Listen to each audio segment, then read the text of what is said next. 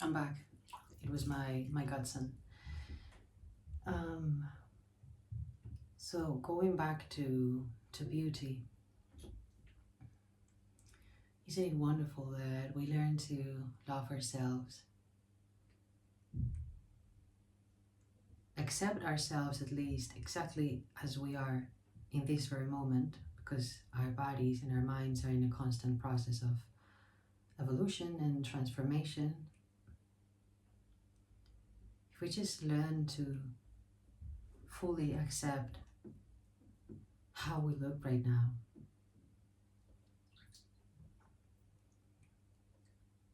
I feel that's so important. And it just goes beyond the looks, it just goes beyond the physical body. But it's a good place to start, because as our minds are constantly perceiving the material world, the physical reality, it's not so easy for people to realize their personalities, so to speak, because it's not an apparent obvious thing. But their bodies, because our minds are constantly seeing matter, we cannot avoid and confronting our aesthetics every single day unless we don't look at ourselves in the mirror.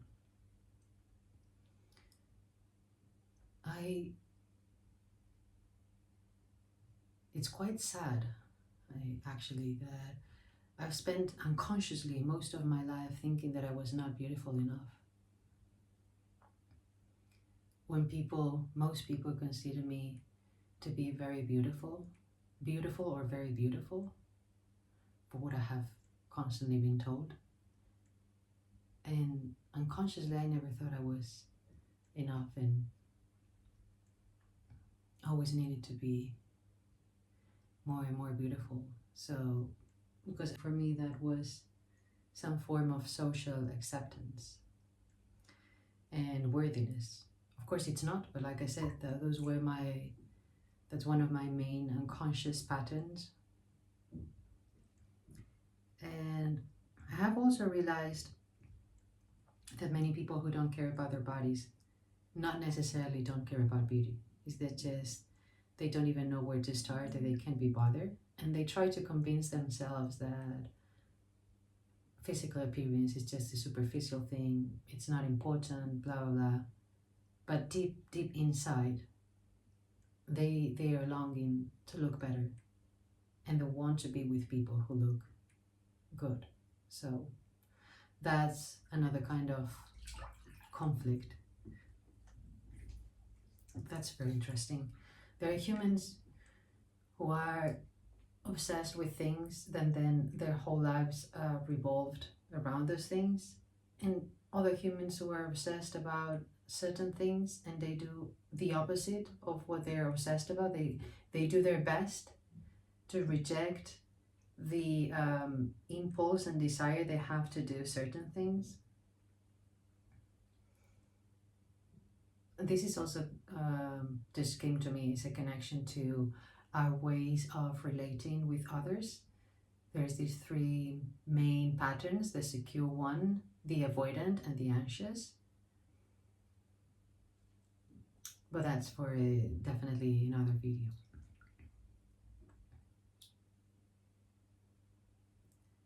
But the anxious pattern of relating to others in connection to beauty, as I was saying before, would be the person that has this unconscious pattern of thinking that their physical appearance is so important that all of their lives revolved around taking care of their bodies. Going through surgery, constantly going to the gym or playing sports, medical treatment, lotions, creams, you name it. And those who would have, then I'm just making an analogy here. It doesn't necessarily have how we take care of our bodies to do with how we relate with other humans. Those who would have the avoidant pattern, the emotional avoidant pattern, in connection to beauty, as I was saying before, would be the ones who would do nothing, absolutely nothing about their physical bodies, even though they're suffering from not liking their physical bodies at all. And yeah, those are two extremes, and I believe most people are in those two extremes more than anywhere else, more than in a natural, very natural relationship with their bodies, where they get to love themselves and where they get to naturally take care of themselves, not obsessively, and not ignoring the care for the body, which I think is the ideal way of relating with our bodies. But everyone can do whatever they want to do and whatever they can do, because again, those who don't do inner work, they really don't know which unconscious patterns are governing their lives, and they just think that this is how they are, and they don't realize that that's not true. I have dismantled so much stuff within myself that was unconscious and that was not connected to my core energy and my higher self, that I know very well what I'm talking about. People could change immensely, not if they force themselves to do it. It's not a matter of will force, as most people think. It's a process of inner realization of who you truly are, and then shedding the layers of you that are not true and are not really connected to you. But how can you know if you've never explored yourself inside? How can you truly know what is you and what is just conditioning from the external world?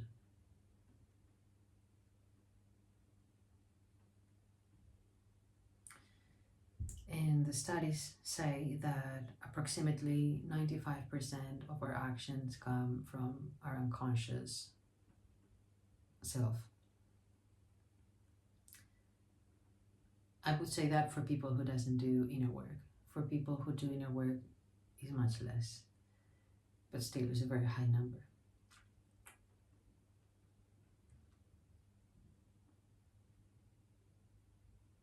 Beauty is in the eyes of the one who looks. There is no real concept of beauty. And no matter how many people try to possess this concept as I know what beauty is and this is beautiful and this is not, it's absolutely subjective.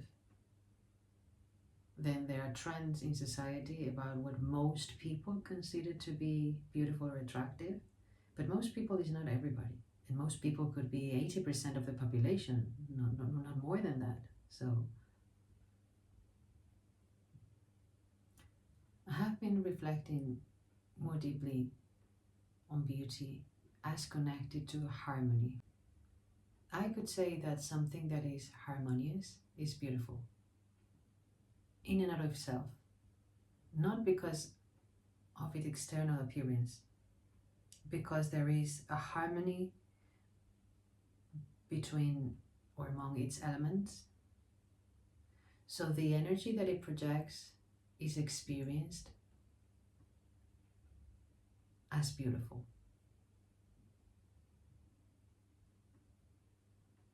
That, I think, is my main perspective. But then how would you know that something is harmonious? How would you know, or how would you define something as harmonious? We still don't have machines. I think there have been a few. There are some, but not used by the general public and accessible to everybody. I would love to have one or to create one the moment that I have resources. This has been since I had my spiritual awakening, one of the things that I have been very much attracted to have one or create one. a machine, a small machine that can detect your vibration and the frequency of your energy. And in doing so, you could be comparing things that from a physical perspective we could say it's the same. Like you could be maybe comparing two t-shirts from the same shop, the same size, everything. One is clean and very nicely folded, and the other one is dirty and is very messy. I'm sure that if we measure them both, there is a difference in the vibration. And I'm going to say, and I'm going to go even further. The same t-shirt being cleaned with natural products, because otherwise strong chemicals would affect its vibration as well, the fibers. So a t-shirt that is cleaned naturally and folded, just the next day having been warned, for example, and having been warned, for example, by someone who was in a stressful mode, and then thrown into the floor for a few hours as well, or put in a pile of other clothes and everything, I'm sure that the vibration of that piece of cloth has decreased. I heard a spiritual master, a couple of them, explain this, and I immediately understood and totally agreed with it. Well, once you understand that everything is energy and energy is vibrating and changing constantly, it makes all sense. The things that are being taken care of and that are in a more harmonious way have a higher vibration. So the same goes with humans. The more you are in conflict with yourself because you don't know who you are and you're acting on unconscious patterns, and even if you don't know, you're flipping from one emotion to the next for no good reason. Even if you try to hide it, energy doesn't lie. So you can be feeling very angry or sad, and in the eyes of others look completely okay. That would change your vibration exactly the same.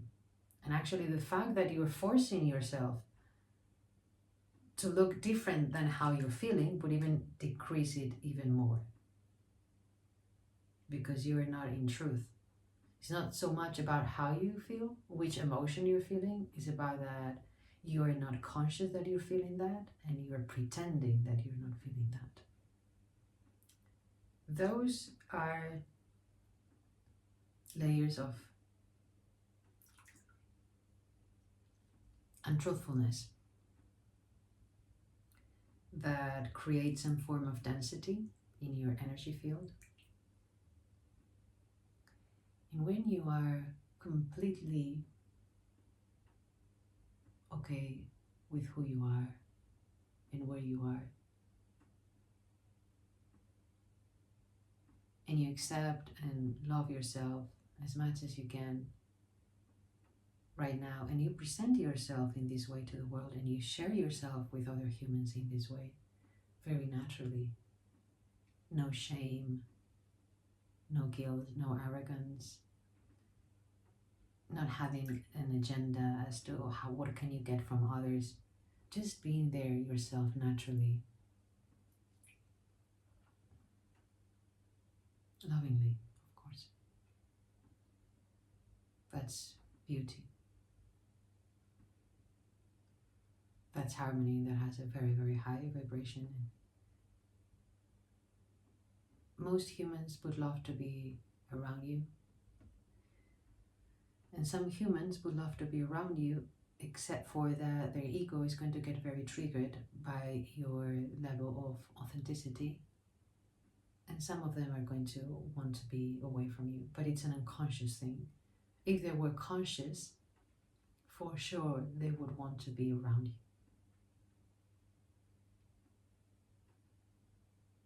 But we have to accept everybody coming in and out of our lives, and not trying to attach to anyone or grab anyone.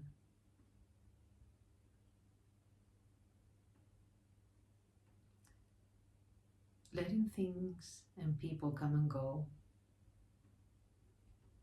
I experience that as being very beautiful, because it's not heavy, it feels light within.